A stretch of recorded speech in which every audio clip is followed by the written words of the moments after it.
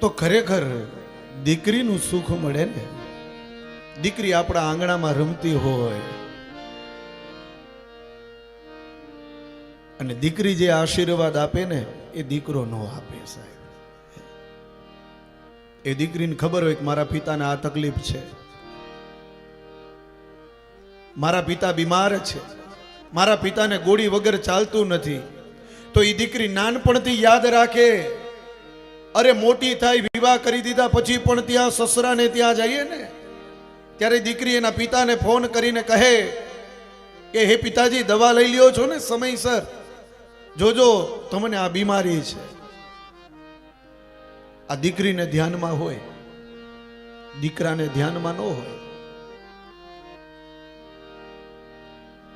તો મોટામાં મોટું દાન બતાવ્યું છે કન્યાદાન, ગાયના દાન, સોનાના દાન, ભૂમિના દાન, અને ચોથું દાન છે એનું નામ છે કન્યાદાન. પરિવારમાં કદાચ દીકરી ન હોય, દીકરા હોય તો તુલસી વિવાહના દિવસે તુલસીજીને પરણાવજો ઠાકોરજી સાથે, પણ એ કન્યાના દાન લેજો, દેજો.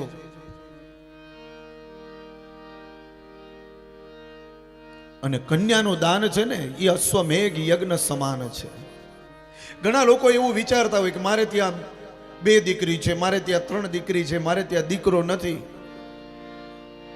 તમે ખૂબ જ ભાગ્યશાળી છો ને એટલે તમારે ત્યાં 3 દીકરીઓ છે કે 2 દીકરીઓ છે. તમે ખૂબ ભાગ્યશાળી છો સાહેબ. અને હું તો ત્યાં સુધી કહીશ કે લાખો પુણ્ય તમે કરો ને તો તમારે ત્યાં દીકરાનો જન્મ થાય, પણ તમે કરોડો પુણ્ય કર્યા હોય ને ત્યારે તમારે ત્યાં 1 દીકરીનો જન્મ થાય છે. તો વિચાર કરો કે 2 દીકરી કે 3 દીકરીઓ તમારે ત્યાં હોય ને તો તમે કેટલા બધા કરોડો પુણ્ય કર્યા હશે. ત્યારે તમારે ત્યાં એ દીકરી આવે છે.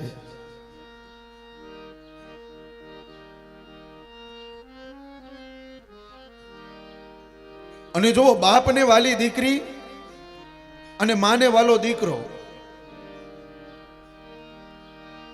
માને વાલો દીકરો, એ દીકરો ગમે તેટલો તોફાન કરે અને એના પિતાજી એ દીકરાને ખીજાય એટલે માં ઉપરાણું લે.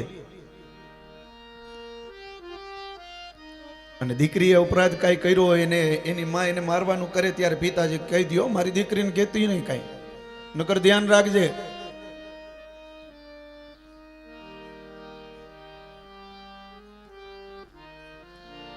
અને બાપ ખૂબ વાલ કરે દીકરીને, અતિશય વાલ કરે સાહેબ. અલગ અલગ બારગામ જઈને તો સરસ સરસ મજાના અલગ અલગ વસ્ત્ર લઈ આવે, અલંકાર લઈ આવે. એમાં એ દીકરી બાપને ફોન કરીને કે પપ્પા તમે અહીંયા ગયા છો, મારા માટે શું લઈ આવશો? અને ત્યારે પિતાજી કહે બેટા હું અહીંયા આવ્યો છું, તારા માટે કાંઈક ને કાંઈક લઈ આવીશ, તું ચિંતા ન કર. એટલે એ બાપ ગમે ત્યાં બારે ગયો હોય, કદાચ મહિનામાં 10 વખત બારે જાય તો એ દીકરી માટે કંઈક લઈને જાય. અને આજના પિતાજીને કહું કે તમે ભલે 15 વખત બહાર ગામ જતા હો મહિનામાં, પણ જ્યારે તમારા ઘરે જાઓ ને ત્યારે તમારી દીકરી માટે કંઈક લઈને જાજો. દીકરા માટે કદાચ લઈને ન જાઓ ને તો ચાલશે, પણ દીકરી માટે લઈને જાજો. અને એ દીકરી કેટલી વાલી હોય, કદાચ તમે ખાલી એક બિસ્કિટનું પેકેટ લઈ જાઓ ને તો એ દીકરી રાજી થઈ જાય.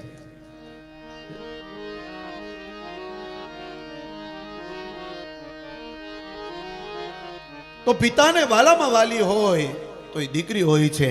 પણ એ દીકરી જ્યારે ધીરે ધીરે ધીરે ધીરે મોટી થાય, જેમ તુલસીનો ક્યારો આપણા ઘરમાં વાવેલો હોય એ છોડ ધીરે ધીરે ધીરે મોટો થાય આંગણામાં, અને એટલો પરિપક્વ એ તુલસીનો ક્યારો બને, આપણને જોતા આનંદ આવે. એમ દીકરી 18 વર્ષની, 20 વર્ષની, 22 વર્ષની, 25 વર્ષની થઈ જાય અને પછી એનો બાપ જોવે કે હવે આ દીકરીને મારે પરણાવવાની છે. ઢીંગલા લઈને દોડતી થી જે આજ ઊભી અણડોળ. ઢીંગલા લઈને દોડતી થી જે આજ ઊભી અણડોળ. હે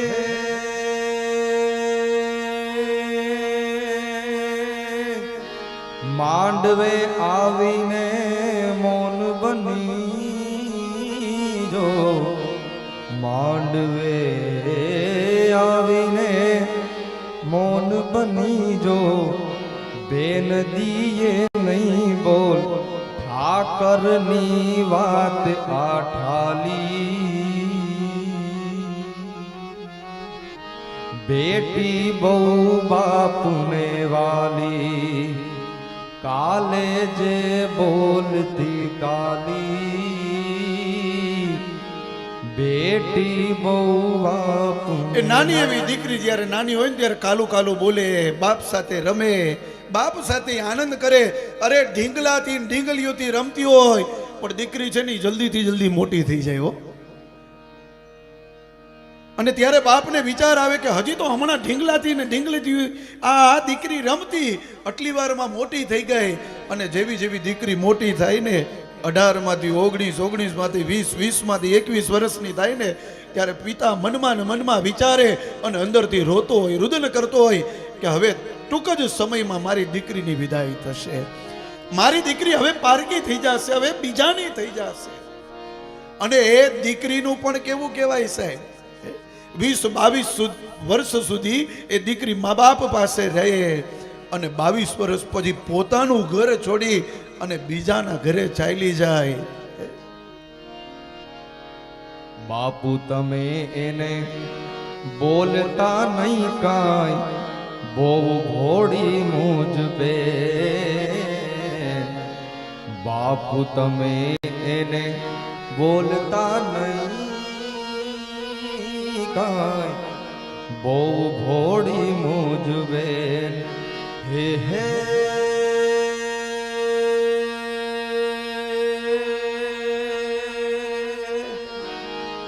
કરી ભલામણ એના કાળજા કેરી કરી ભલામણ કરી ભલામણ એના કાળજા કેરી ગભરૂડી ગાય પ્રેમે જેને કોડથી પાલી બેટી બહુ બાપને વાલી લાગી એને હાથમાં લાલી સમજુ થઈ સાસરે હાલી.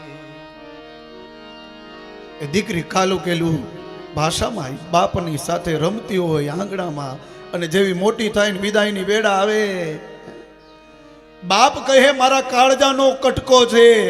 બાપને ખબર હોય કે દીકરી તોફાની છે કે ડાઈ છે, એ બાપને ખબર હોય.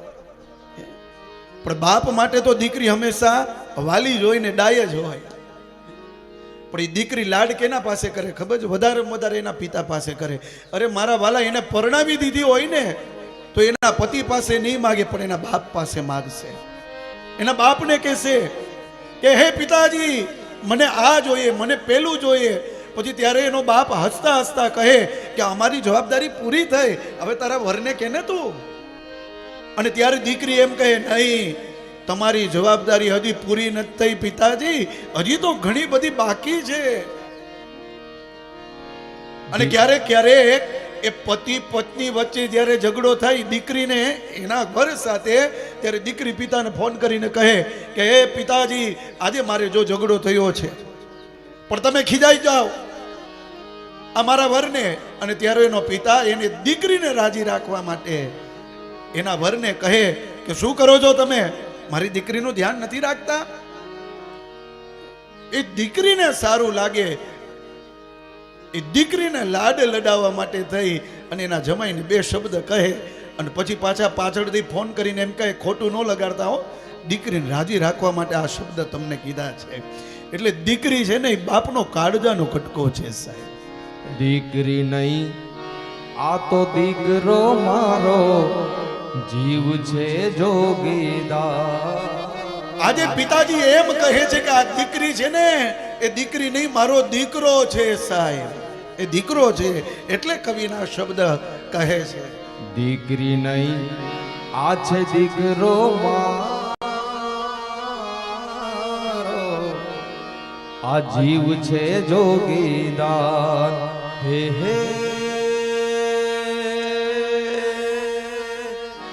પણ મમતા એની માવડી જેવી, મમતા એની માવડી જેવી, પાથરી દેતી પ્રાણ આહુડા આંખમાં આલી,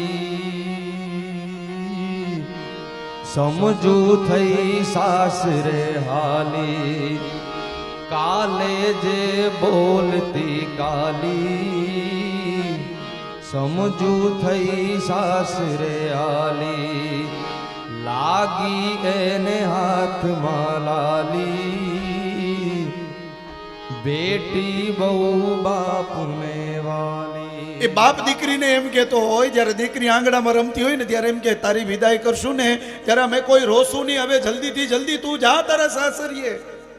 અને ત્યારે દીકરી હસતા હસતા કહે કે હે પિતાજી, હું જ્યારે જઈશ ને ત્યારે તમને બધાને ખૂબ રોવડાવીશ.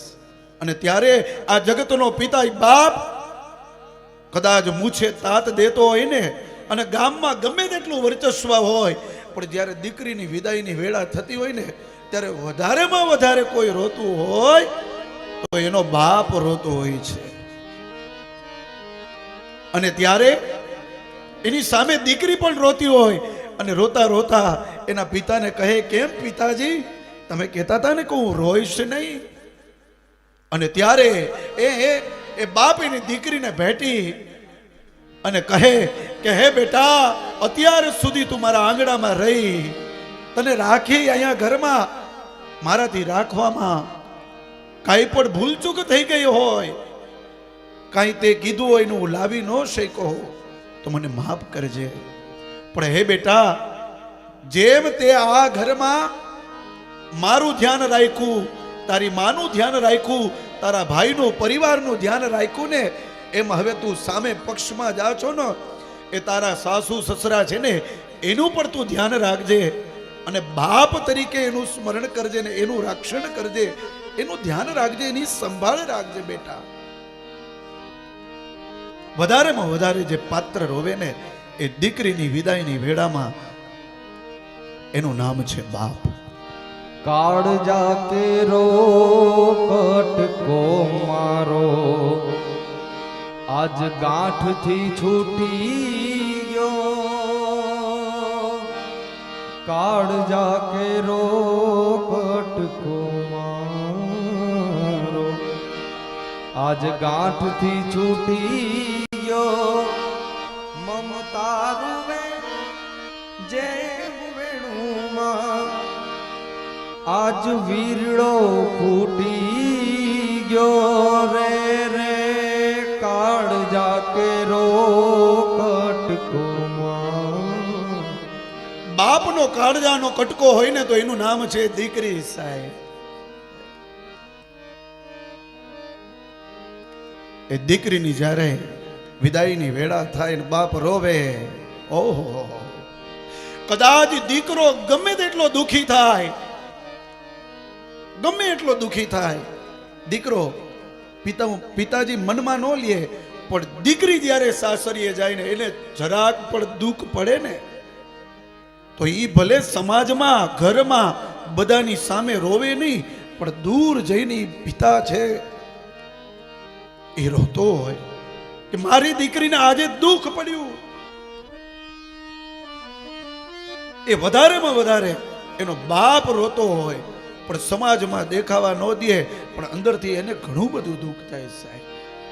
એટલે કાળજા કેરો કટકો મારો, આજ ગાંઠથી છૂટી ગયો. કાળજાનો કટકો હોય છે એ બાપને વાલી દીકરી હોય છે ટૂંકમાં. તો આજના સમાજને મારે વધારે જાજુ નહીં પણ એટલું જ કહેવું છે કે દીકરાને પ્રેમ કરો, લાડ કરો કે ન કરો, દીકરીને લાડ કરજો. એની દરેક